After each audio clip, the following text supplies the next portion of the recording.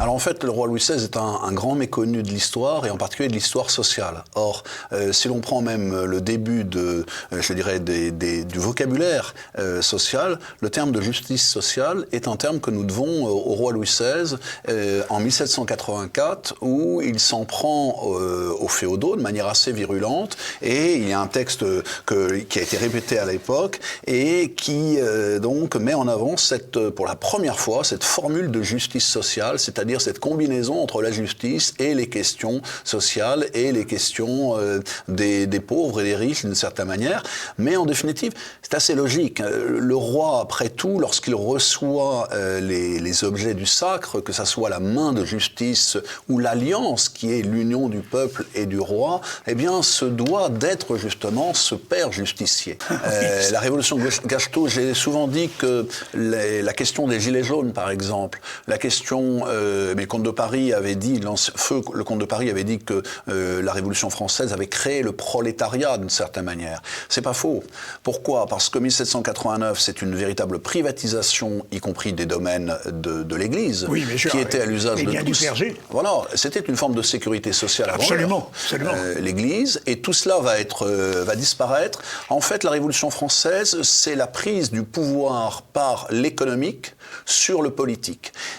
Mais vous savez ce qu'avait dit, je ne sais plus quel grand bourgeois, à propos de cette loi sur la restriction du travail des enfants, c'est une atteinte à la liberté du travail. Tout à fait. Et de fait, c'est une atteinte à la liberté du travail, en effet. Mais la liberté du travail, façon 1791, qui n'est pas la liberté des travailleurs et qui est l'inverse des libertés sociales et corporatives. Et ça, c'est quelque chose, moi je dois vous avouer que plus j'avance en âge, plus cette année 1791 me paraît absolument fondamentale. Je voudrais vous faire une remarque, c'est qu'elle n'est quasiment pas traitée dans les manuels scolaires. Il y a un manuel scolaire qui évoque ces lois de 1791, mais simplement pour dire 1864, on en enlève une partie.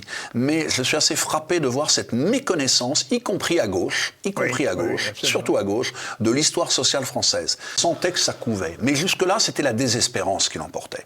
C'est-à-dire qu'il y avait une espèce de fatalisme. La mondialisation, on peut rien y faire. La globalisation qui écrase les petits au profit de grosses multinationales, on ne peut rien y faire, etc.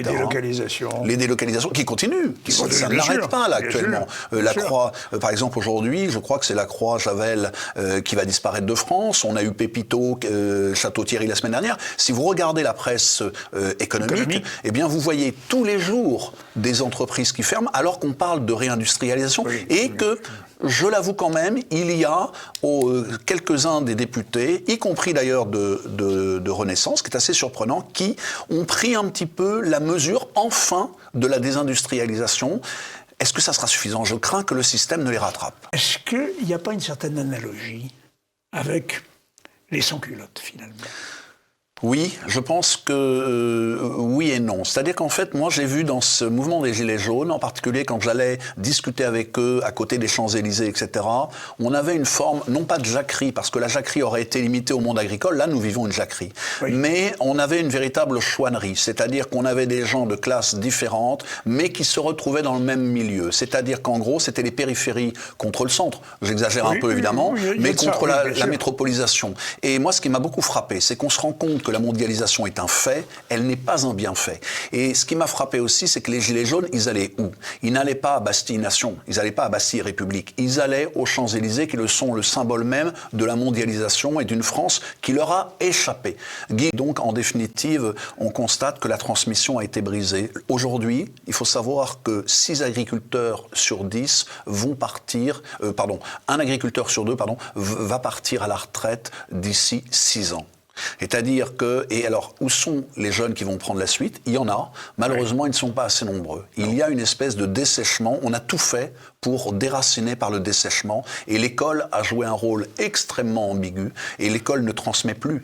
Ce que dit Robert Redeker avec beaucoup d'à-propos, c'est que la crise agricole que nous vivons, et la même que la crise de l'école, une crise de la transmission et de la civilisation.